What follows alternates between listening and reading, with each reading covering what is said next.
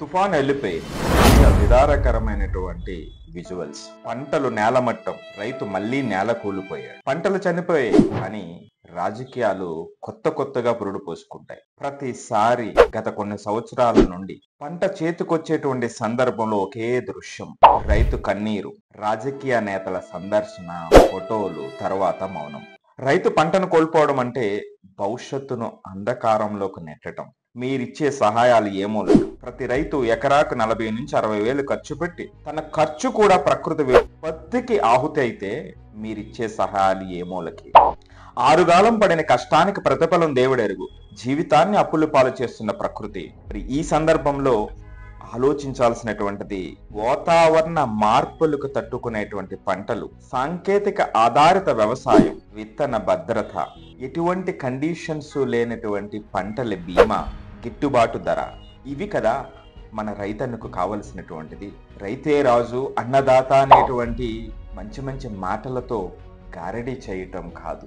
నిజంగా ఆ రైతు కూలబడిపోయినప్పుడు, ప్రకృతి కన్నెర చేసినప్పుడు కూడా అతనికి ధైర్యాన్ని ఇచ్చేటువంటి వ్యవస్థ కదా మనకు కావలసినటువంటిది.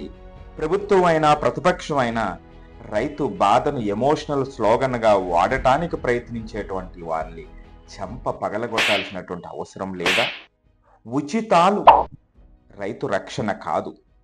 నిర్మాణాత్మక ప్రణాళికలు, మారినటువంటి వాతావరణ పరిస్థితుల్లో గత 5 సంవత్సరాలుగా ఖరీఫ్ కానివ్వండి, రబీ కానివ్వండి, ప్రతిసారి పంట చేతికొచ్చేటువంటి సందర్భంలో ప్రకృతి కన్నెర చేస్తుంటే, జీవితం అంధకారం అయిపోతుంటే, వాటికి కదా దీర్ఘకాలిక ప్రణాళికలు కావాల్సినటువంటివి. ఉచితాల మాయలో పడి, సో ఆ ఉచితాలు ఇస్తేనే గాని పార్టీలు అధికారంలోకి రాలేవు అనేటువంటి భావన కలిగించినటువంటిది ప్రజలు కాదా?